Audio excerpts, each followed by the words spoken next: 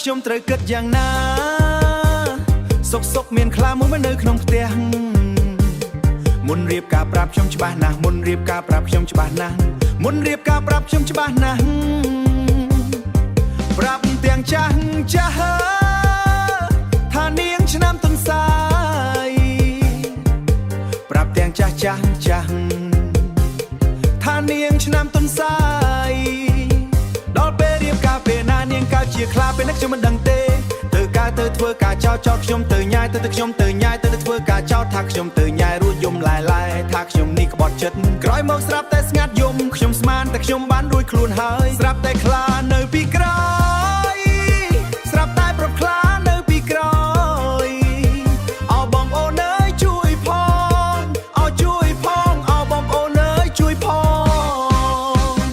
ថាទៅគិតទៅជាសួយតែហួរអស់ហើយនៅក្នុងជាតិនេះសូមផ្ដាំទៅនៅកំឡោះមុនយកប្រពន្ធត្រូវមើលឲ្យអស់មុនយកប្រពន្ធត្រូវមើលឲ្យអស់កុំឲ្យរើខុសដូចជាខ្ញុំទៀតត្រូវមើលចិត្តនាងយ៉ាងណាមុនក្រោយរៀបការត្រូវទុកចិត្តគ្នាកុំអាងខ្លួនជាភរិយា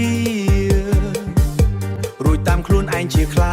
រួចតាមខ្លួនឯងជាខ្លារករឿងស្វាមីគ្មានពេលសម្រាប់រករឿងស្វាមីគ្មានពេលសម្រាប់តើខ្ញុំត្រូវគិតយ៉ាងណាសុកស្មានខ្លាមួយមិននៅក្នុងផ្ទះមុនរៀបការប្រាប់ខ្ញុំច្បាស់ណាស់មុនរៀបការប្រាប់ខ្ញុំច្បាស់ណាស់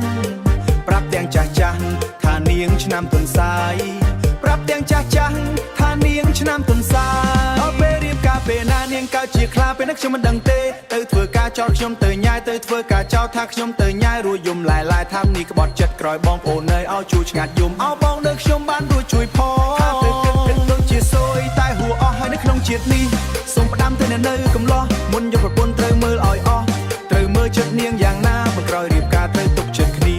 រួចតាមខ្លួនឯងជាខ្លារករឿងស្វាមីគ្មានពេលសម្រាប់រករឿងស្វាមីគ្មានពេលសម្រាប់តើខ្ញុំត្រូវគិតយ៉ាងណាសុកស្មានខ្លាមួយមិននៅក្នុងផ្ទះមុនរៀបការប្រាប់ខ្ញុំច្បាស់ណាស់មុនរៀបការប្រាប់ខ្ញុំច្បាស់ណាស់ប្រាប់ទាំងចាស់